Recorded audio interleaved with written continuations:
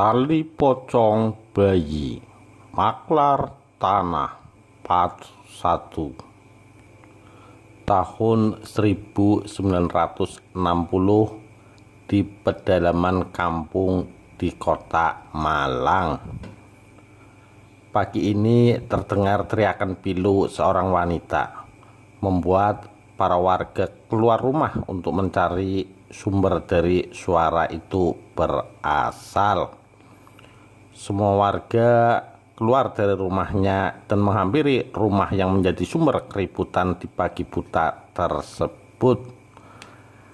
Tatik pagi ini histeris.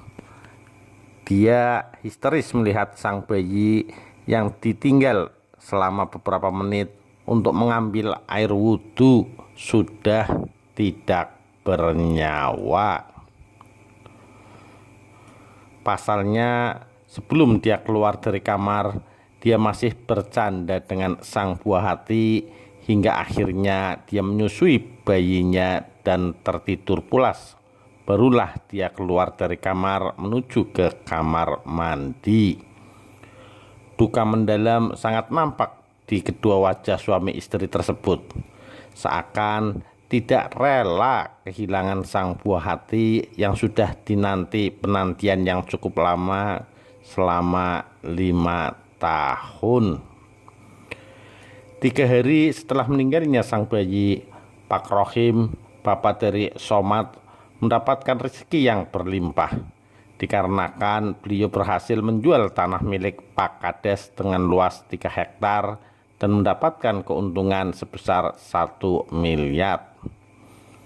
Sang pembeli menyetujui harga yang disebutkan oleh Pak Rohim, yaitu kelebihan 1 miliar di atas harga yang diminta oleh Pak Kades.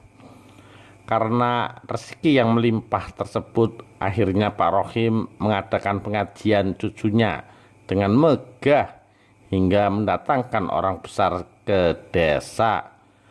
Hal tersebut membuat warga kampung merasa terhibur.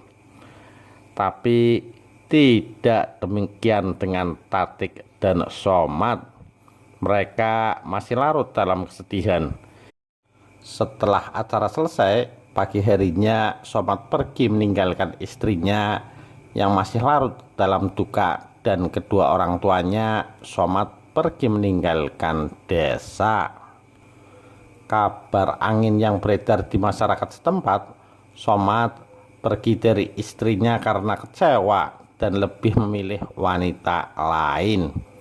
Kabar tersebut terdengar si telinga Tatik dan membuatnya sangat terpukul.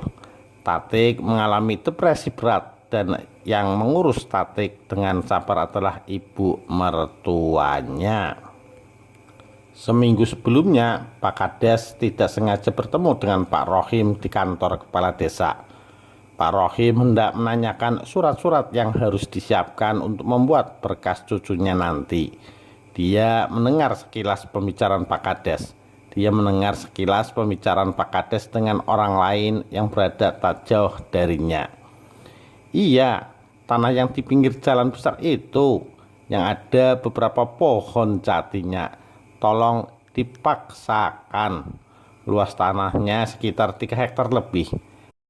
Kalau bisa secepatnya, karena saya harus siapkan uang untuk sana pemulihan berikutnya, ucap Pak Kades yang tak sengaja terdengar oleh Pak Rohim.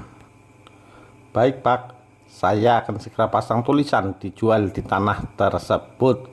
Nanti kalau sudah ada yang menanyakan, saya akan beritahu Bapak, jawab lawan bicara Pak Kades yang lebih terlihat sebagai anak buahnya. Setelah lawan bicara Pak Kades pergi, Rohim segera menghampiri Pak Kades menanyakan perihal tanah yang akan dijual. Maaf Pak, saya dengar Bapak mau jual tanah ya? Tanya Rohim langsung menghampiri Pak Kades yang hendak berbalik masuk ke dalam kantornya. Pak Kades terdiam melihat Rohim. Saya Rohim Pak, warga dari desa K. Kebetulan saya sudah bantu jual tanah, ucap Rohim memperkenalkan diri. Oh, Pak Rohim maklar tanah ya? Iya ya, saya tahu. Saya sering dengar katanya Bapak cepat sekali kalau menawarkan tanah. Rahasianya apa, Pak? Tanya Pak Kades menggoda membuat Pak Rohim malu sehingga menundukkan wajahnya. Bapak mau masarin tanah saya juga. Kira-kira Bapak minta kondisi berapa? Tanya Pak Kades dengan penuh selidik. Maaf Pak, jika benar Bapak mau menjual tanah, saya hanya ingin tahu berapa harga jualnya.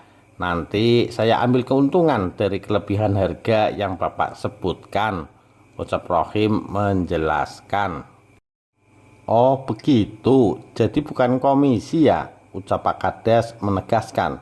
Rohim pun menganggukkan kepalanya. Saya mau jual tanahnya sekitar. Silahkan saja jika Bapak berminat untuk bantu jual, ucap Pak Kades. Baik Pak, kalau begitu nanti 1-2 minggu lagi saya akan kasih kabar ke Pak Kades ya. Permisi Pak, ucap Rohim pamit undur diri. Rohim hampir seluruh desa mengenal nama tersebut karena beliau memang terkenal sebagai maklar tanah paling jitu. Semua tanah yang dipasarkan olehnya pasti selalu laku terjual dengan harga tinggi karena beliau tidak pernah meminta komisi dari sang penjual maupun pembeli. Pak Rohim selalu mengambil keuntungan dari kelebihan harga jual yang telah ditetapkan oleh sang pemilik tanah, dan sang penjual selalu menyetujui harga tanah yang sudah disebutkan olehnya tanpa menawar. Hal itu membuat warga kampungnya curiga dengan Rohim karena para pembeli selalu merasa terhipnotis jika harga yang disebutkan oleh Pak Rohim terbilang murah, tapi setelah semua urusan jual beli selesai dan pembeli kembali ke rumah, mereka baru tersadar bahwa mereka membeli tanah dengan harga yang sangat tinggi, terkadang dengan nilai yang tidak masuk akal. Hal tersebut membuat warga enggan jika harus datang meminta tolong atau menolong ke rumah Pak Rohim. Pada tengah malam setelah cucunya dimakamkan, Rohim pergi secara diam-diam ke makam sang cucu. Dia menggali tanah yang masih basah tersebut dan mengambil tali pocong dari jenazah cucunya yang baru saja meninggal. Malam itu Rohim pergi ke rumah Mbah Wiro. Mbah Wiro dukun terkenal yang merupakan dukun kesayangan Rohim. Rohim segera pergi menemui Mbah Wiro setelah mendapatkan tali pocong bayi milik cucunya sendiri. Mbah Wiro membacakan mantra dan merendam tali tersebut ke dalam air kembang 7 rupa. Setelah selesai membacakan mantra, Mbah Wiro mengembalikan tali pocong bayi tersebut kepada Pak Rohim untuk segera dikuburkan di area tanah yang hendak dijual. Kuburkan tali ini di area tanah yang hendak kamu jual. Di mana saja, tapi harus saat ini juga. Dan jangan sampai ada orang yang melihat. Setelah selesai, kamu kuburkan tali tersebut biar perewanganku yang bekerja, ucap Mbah Wiro sambil tersenyum mengerikan. Rohim pun hanya mengangguk dan segera pergi meninggalkan rumah Mbah Wiro.